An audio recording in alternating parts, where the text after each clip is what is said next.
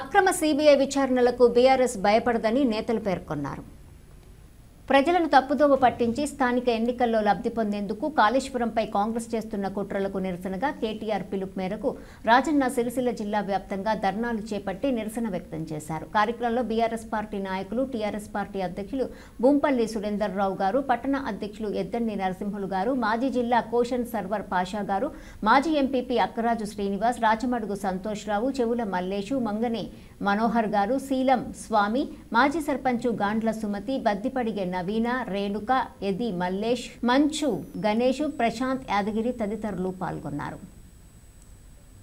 మాట్లాడే వారికి అవకాశం ఇవ్వకుండా వీరు మాట్లాడినటువంటి మాటలను అందరూ కూడా ప్రజలు అసెంబ్లీ సాక్షిగా చూసినారు. అందరూ కూడా గమనిస్తూ ఉన్నారు. ఈరోజు ప్రజలు కూడా గమనిస్తూ ఉన్నారు. ఏంటంటే మనకు రావాల్సినటువంటి నీళ్లు కానీ రావాల్సినటువంటి ఇప్పుడు యూరియా కోసమే రైతులు ఎంతో కష్టపడేటువంటి పరిస్థితి. ఆనాడు 10 సంవత్సరాలు పాలించినటువంటి కేసీఆర్ గారి ప్రభుత్వంలో ముస్తాబాద్ మండల కేంద్రంలో రాష్ట్ర పార్టీ ఇచ్చినటువంటి ఆదేశాల మేరకు